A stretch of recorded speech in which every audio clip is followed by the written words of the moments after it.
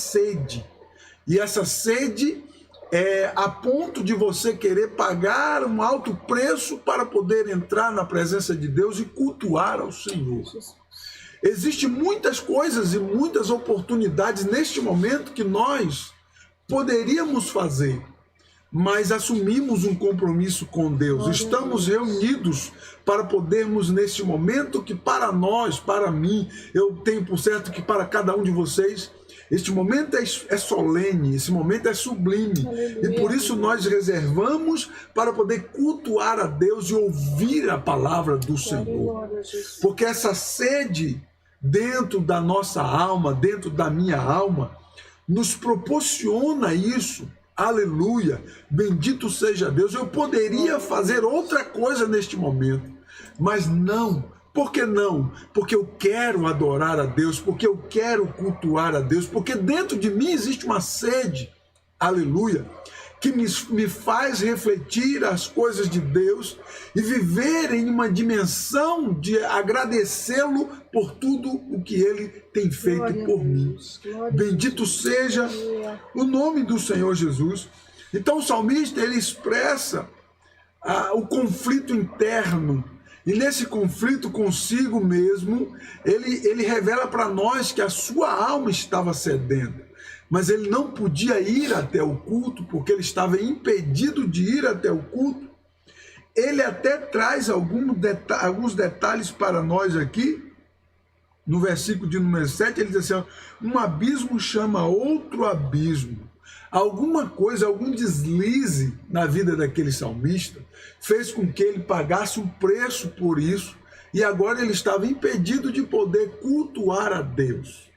Quantas vezes nós ignoramos as coisas que estão acontecendo ao nosso redor e vamos deixando um abismo chamar outro abismo e daqui a pouco fomos engolidos por aquele precipício e agora tão somente encontra-se em uma condição que não pode mais ir à casa do Senhor adorar, porque não dá, porque não tem mais possibilidade, porque não dá mais para ir. Algumas pessoas estão aprisionados nesses conceitos, aleluia, e eu quero fazer com que vocês venham raciocinar conosco.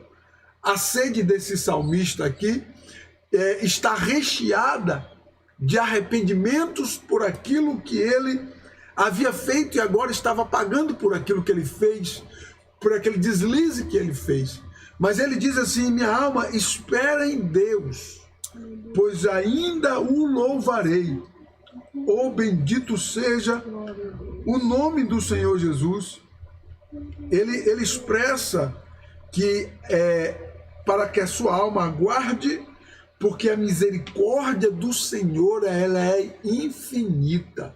Isso nos faz entender que o Senhor está sempre disposto a nos abençoar, a nos fortalecer, se nós tão somente voltarmos para Ele, para que o Senhor venha nos socorrer.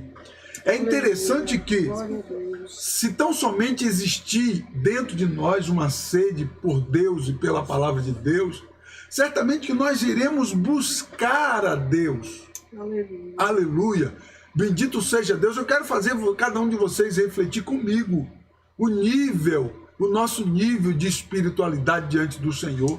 Porque veja bem, assim como a minha carne, o meu corpo, né, quando tem fome, eu desejo, eu preciso comer, me alimentar, assim também a minha alma, o meu espírito precisa ser alimentado pela palavra de Deus e por Deus. Aleluia. E se você não procurar esse alimento espiritual, que é a palavra de Deus, você vai deixar a sua alma, o seu espírito famintos, né? E você vai deixar de ter uma estrutura espiritual apropriada para que você possa encontrar espaço para adorar a Deus.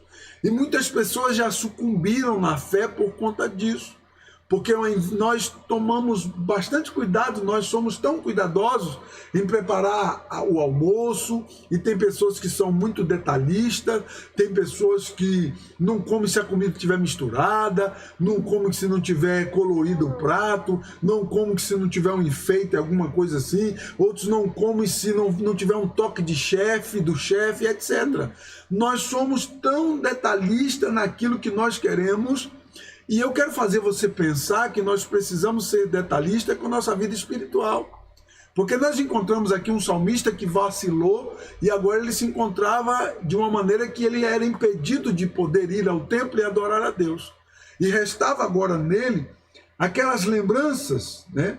Ele diz no versículo 3, quando me lembro disso, dentro de mim derramo a minha alma, pois eu havia ido com a multidão, fui com eles à casa de Deus, com voz de alegria e louvor, com a multidão que festejava. Está vendo? Ele, nesse versículo, ele destaca as experiências espirituais que ele teve, as experiências em um culto, dentro de um culto, participando de um culto, as experiências compartilhando com a multidão de um culto de adoração a Deus.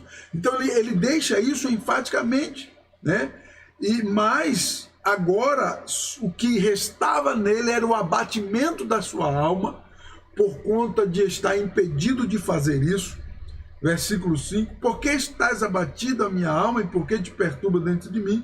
Espera em Deus, pois ainda o louvarei na salvação da sua presença. Existia uma esperança consciente na vida do salmista, porque ninguém que conhece a Deus, ninguém que experimenta Deus se esquece dele. Por mais que você se afaste do Senhor, ainda existirá na sua consciência aquela esperança e aquele conhecimento do Senhor. Então aqui está o salmista, quem sabe aqui isolado em um calabouço, sem poder sair daquele calabouço, e se nós